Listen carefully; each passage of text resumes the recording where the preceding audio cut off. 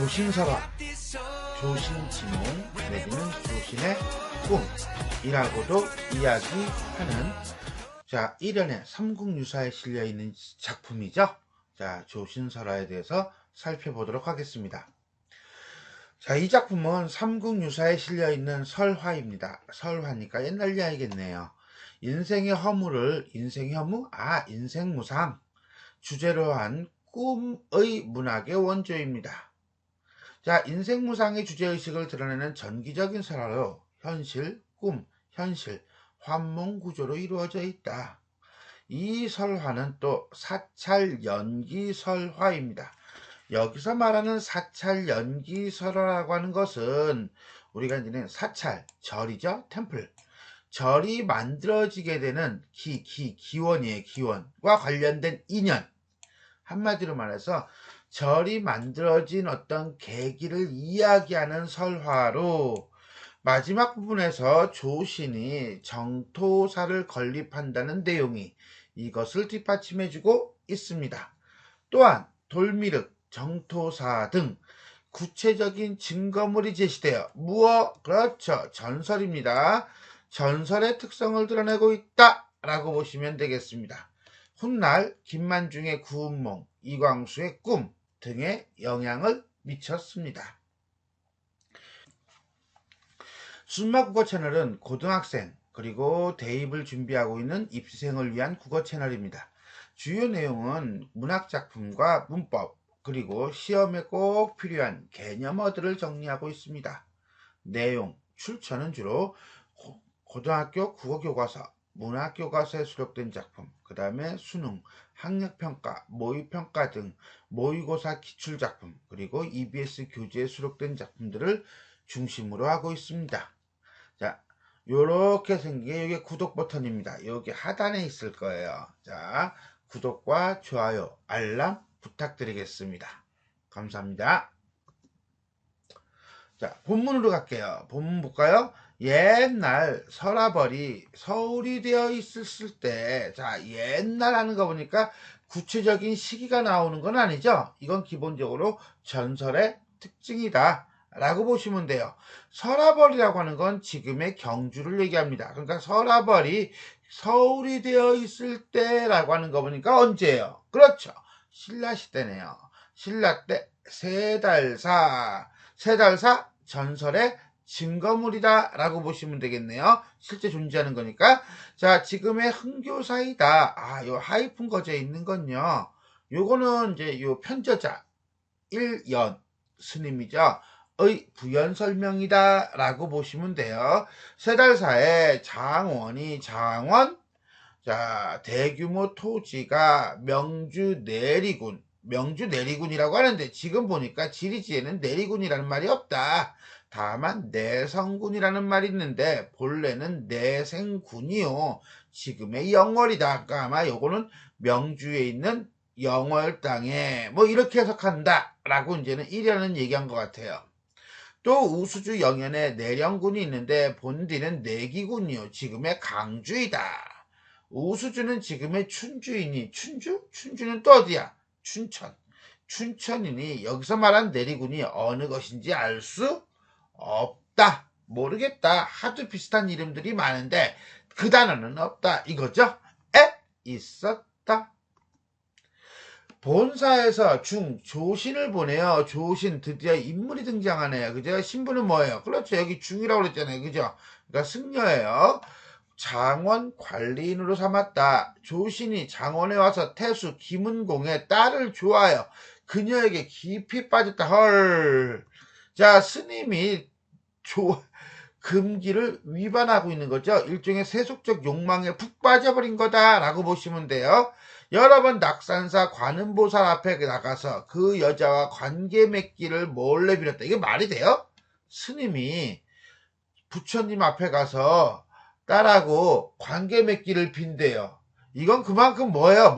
세속적 욕망을 끊기가 매우 어렵다는 것을 역설적으로 보여주고 있다라고 봐야 될 거예요. 바로 수년 사이에 그리고 수년 뒤에 그 여자에게 이미 배필이 생겼다. 그렇다면 이거 가능해 불가능해? 불가능하죠. 소망의 좌절. 또 불당 앞에 가서 관음보살이 자기의 소원을 들어주지 않음을 원망하며 잘못된 것을 하는데 못 들어줬다고 해서 원망을 한대. 날이 저물도록 슬피 울다가 그리운 정사에 지쳐서 옷을 입은 채 그 자리에서 잠이 들었다. 아까 현실, 꿈, 현실의 구조라고 그랬죠. 그죠? 현실, 꿈, 현실, 잠이 들었다. 이제 뭡니까? 꿈으로 들어가는 거죠. 이런 걸 우리는 뭐라고 합니까? 인몽이라고 한다. 라고 보시면 되겠습니다. 자, 이제 꿈 들어가기 전까지의 과정이니까 여기까지가 현실이네요. 현실이고요. 바깥 이야기, 외화가 되겠네요. 인물과 배경을 소개하였습니다. 문득 꿈에 김신앙자가 기쁜 낯빛으로 들어오면 잠깐 김신앙자가 김공의 딸이네요. 기쁜 얼굴로 문으로 들어온대. 그렇다면 이거는 뭐야? 내가 원하던 게 이루어진 거야, 안 이루어지는 거야? 이루어지는 거죠. 결국 여기서 말하는 꿈이라고 하는 건 욕망 성취의 공간이다 라고 보시면 돼요. 반가이 웃으며 말했다. 저는 일찍이 스님을 잠깐 보고 알게 되어 속으로 사랑하여 아직 잠시라도 잊지 못하고 있는데 부모의 명령에 못 이겨 억지로 다른 사람에게 시집을 갔습니다. 부모의 명령에 못 이겨 억지로 다른 사람에게 시집을 갔습니다. 당신은 자유연애가 인정된다, 인정되지 않는다, 안 된다. 결혼하려면 누구의 허락이 있어야 된다. 부모의 허락이 있어야 되고 부모의 명령이 있어야 되는 거야. 허락이 아니야. 이거 명령이야. 명령. 그러니까 결국은 혼례, 결혼의 주도권은 누구에게 있다? 부모에게 있다.는 당시 사회 문화적 배경을 제시하고 있다. 그러나 이제 부부가 되고 싶어 왔습니다. 오, 땡큐. 이렇게 되는 거죠. 그래서 조씨는 매우 기뻐하여 향리로 돌아갔다. 욕망의 성취. 40여 년을 같이 살면 시간이 그만큼 지났어요. 그죠?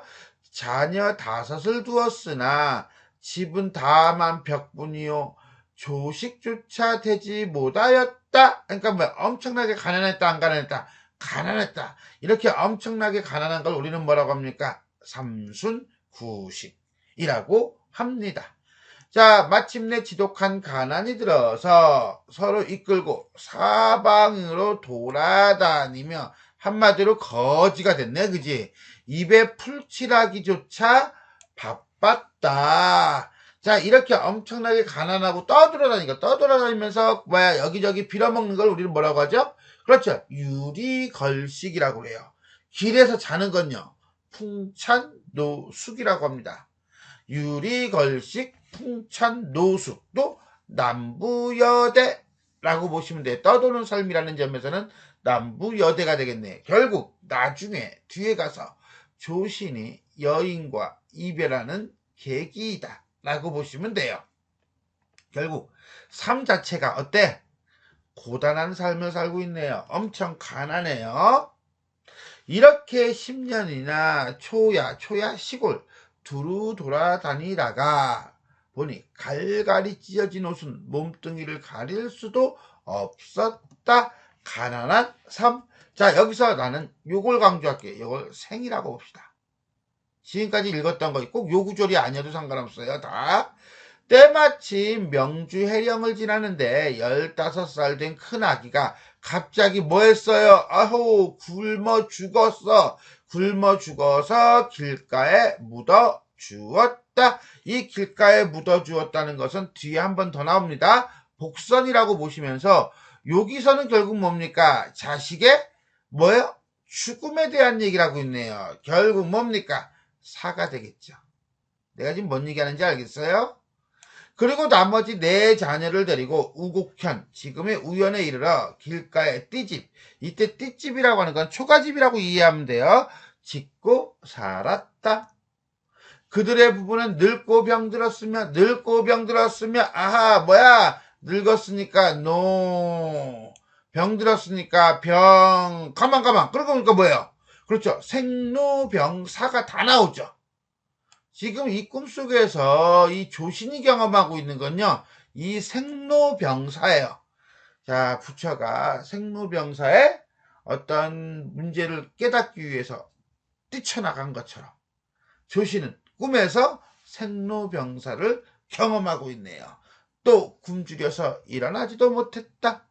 10살 난 계집아이가 밥을 얻으러 다니다가 마을 개에게 물려 아프다고 부르짖으면서 앞에 와서 눕자 부모도 흐느껴 목이 메어 눈물이 끊임없이 흘렀다. 자, 이거는 어떤 비극의 극대화죠? 비참한 삶의 극대화예요.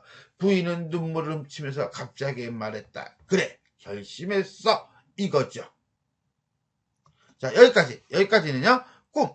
꿈은 꿈인데 욕망을 어때? 성취했어요. 했지만 가난하고 고단한 삶을 살고 있다.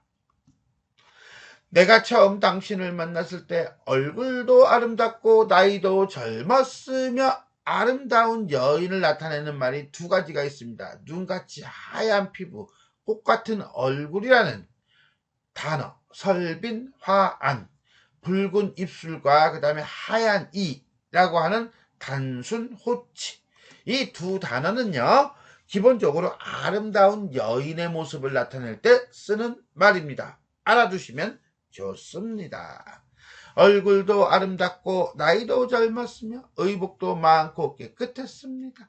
한 가지 음식이라도 당신과 나누어 먹고 얼마 안 되는 의복도 당신과 나누어 입으면서 산지 50년의 정이 맺어져 매우 친밀해졌으며 은혜와 사랑도 굳게 얽혔으니 두터운 인연이라고 할 수 있었습니다. 좋아. 어쨌든 그러나 이야기 뒤집어지네요. 최근에 와서는 쇠약해져 생긴 병이 해마다 더욱 심해지고 그것도 힘들어 죽겠는데 굶주림과 추위가 더욱 날로 닥쳐오니 엎친 데 덮친 격 설상가상. 겹방사리와 보잘것없는 음식도 남에게 빌릴 수가 없게 되었습니다. 천문만어의 천문만어 1000개의 문짝과 10,000개의 집이란 뜻이에요. 이게 무슨 소리야? 수많은 백성들이 집에 걸식하는 그 부끄러움은 산더미를 친 것보다 무겁습니다. 잠깐 뭐라고? 부끄러움이 무겁대. 아하! 추상적 대상을 촉각화시키면서 가난으로 인한 비참한 현실을 다루고 있네요. 아이들이 추위에 떨고 굶주려도 이조차 미처 돌보지 못하는데 어느 틈에 부부의 애정을 즐길 수가 있겠습니까? 몰라서 묻는 거예요? 아니죠. 서리법이죠.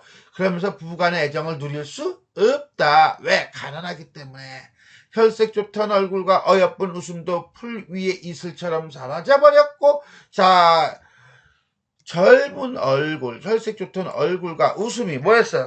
이슬처럼 사라져버렸다는 건 뭐예요? 그렇죠. 인생의 부질없음이죠. 인생무상. 질환 같던 백년가약도 백년가약이야. 뭐 어떤 가약이야? 우리의 결혼생활이야.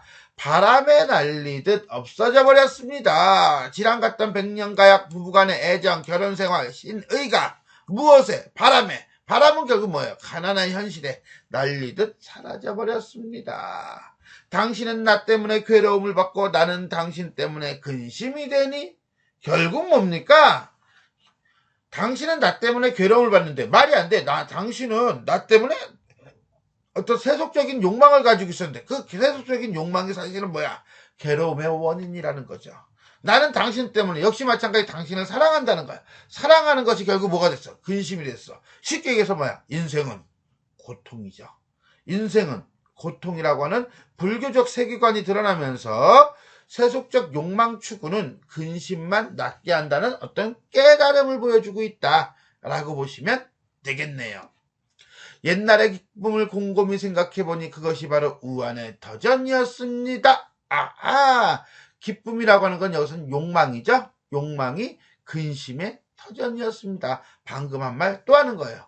당신과 내가 어찌하여 이 지경에 이르렀는지 무쇠가 함께 굶어 죽는 것보다는 함께 굶어 죽는다. 부부로 살면서 가난하게 사는 것보다는 차라리 짝이른 난세가 돼요. 짝이른 난세, 이별한 새가 되겠네요.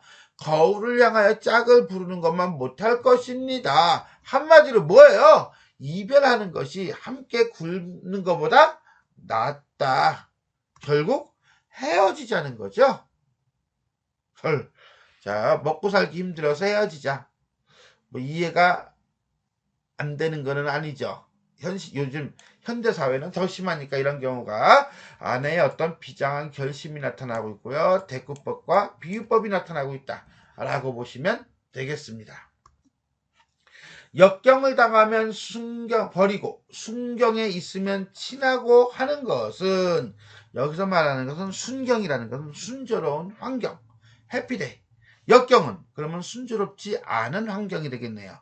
어려움을 당하면 버리고 좋은 일이 있으면 친하고 하는 것은 인정상 못할 짓이지만, 이런 걸 우리는 뭐예요? 달면 삼키고 쓰면 뱉는다 라고 하는 감탄고토 내지는 염량세태라고 합니다. 행하고 그치고 하는 것은 인력, 사람의 힘으로 되는 것이 아니면, 사람의 힘으로 되는 것이 아니면 뭐야? 그렇죠. 운명이죠. 운명론적 태도가 나타나는 거예요.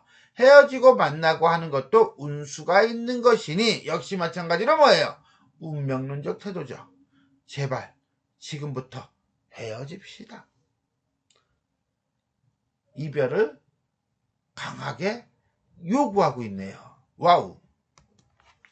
조씨는 이 말을 듣고 크게 기뻐하며 헐. 자, 조씨는 이 말을 듣고 크게 기뻐한대. 결국 뭡니까? 조신도 헤어지고 싶은 마음이 있었네요. 요 대목에서 우리는 조신의 심리를 봅시다. 조신은 처음 여인이 찾아왔을 때도 기뻐서 어쩔 줄 몰랐는데 헤어질 때도 기뻐하고 있다는 거예요. 참 대책 없죠? 그걸 통해서 하고 싶은 말은 뭡니까? 그렇죠. 세속적 욕망이 부질없는 것이다 라고 하는 것을 얘기하고 있다 라고 볼 수가 있겠습니다. 각기 아이 둘씩 맡아 바야흐로 떠나려고 하니 여인은 말하였다. 저는 고향으로 가겠습니다. 당신은 남쪽으로 가십시오. 막 헤어져 길을 떠나려 할 때 그만 뭐 했어?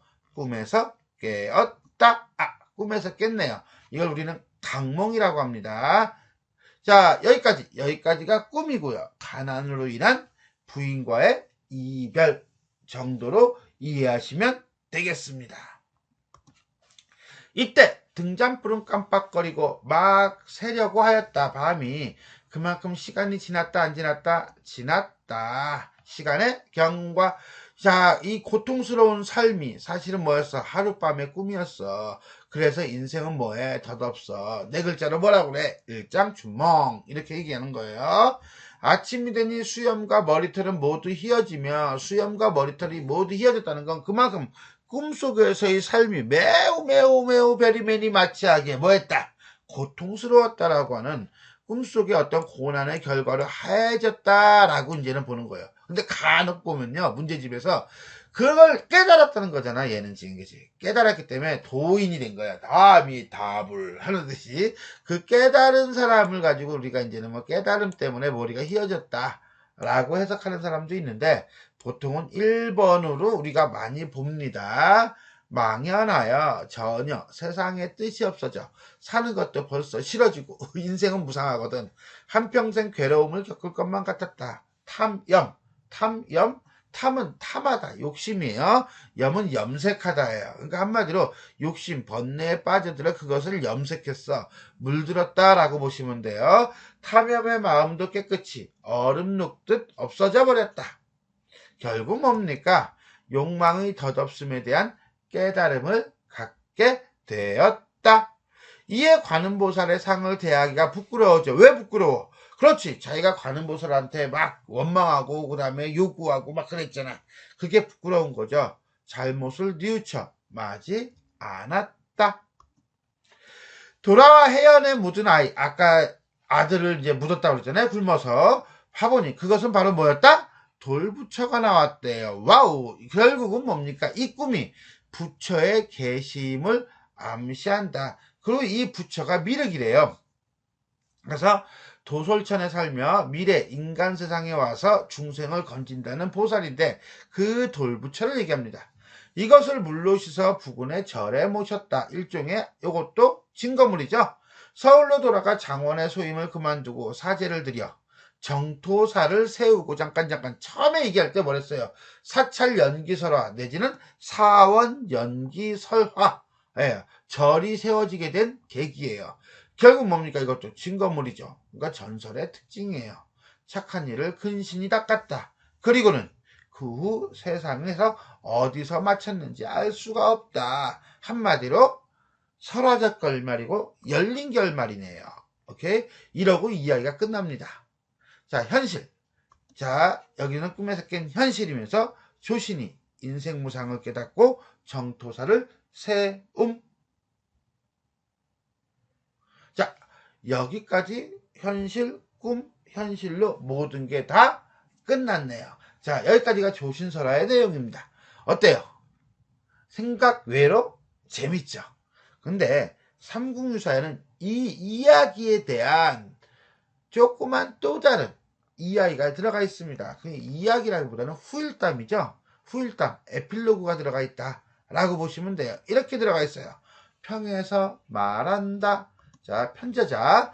일련의 목소리가 드러나는 거예요. 여기서는 이야기 밖의 이야기예요. 그러니까 이 전기, 어떤 전기, 조신설화, 조신의 이야기를 읽고서 책을 덮고 지나간 일을 생각해보니 이제는 자신의 삶을 이제는 한번 생각해본 거죠. 하필 조신사, 사는 스님이죠. 이 꿈만 그러겠느냐? 아니다. 나도 그러고 다른 사람들도 그렇다. 지금 모든 사람들이 속세의 즐거움만 알고 속세의 욕망만, 세속적 욕망만 추구하고 기뻐 날뛰고 애를 쓰고 있으나 이것은 다만 깨닫지 못했기 때문이다. 무엇을 깨닫지 못했어? 그렇지. 인생 무상을 깨닫지 못했기 때문이다. 이에 가사 시를 지어 경계한다 라고 하면서 일연히 시를 짓습니다. 잠시 즐거울 땐 한가롭더니 어느덧 근심 속에 늙어버렸구나. 늙음이네, 그죠?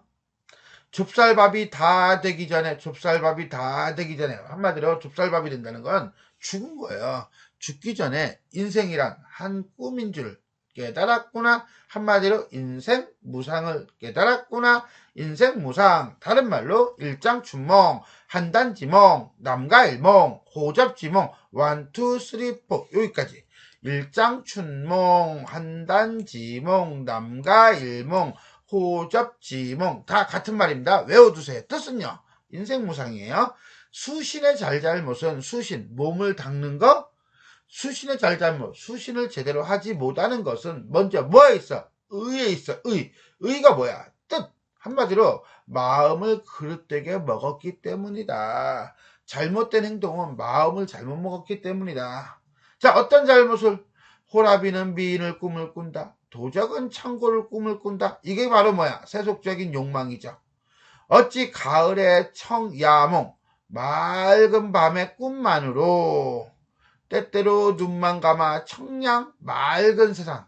한마디로 모든 욕망이 해소된 세상, 모든 욕망이 사라진 어떤 깨달음의 세상에 이르겠는가? 눈만 감는다고 깨달음의 세상에 이를 수 없다. 그러면 어떻게 해야 돼?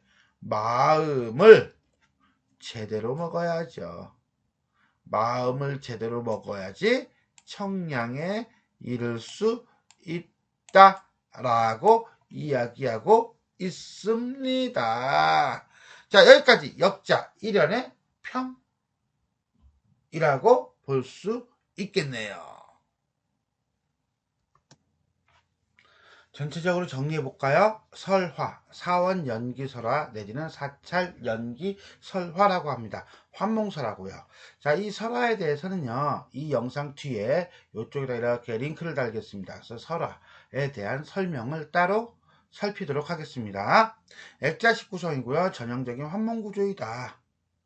자, 그 다음에 주제는 세속적 욕망에 덧없습니다. 꿈을 매개로 하는 액자형 구성이 되겠습니다. 자, 조신설화의 환몽구조, 액자형 구성을 본다면요. 일단 기본적으로 환몽과 관련된 건요.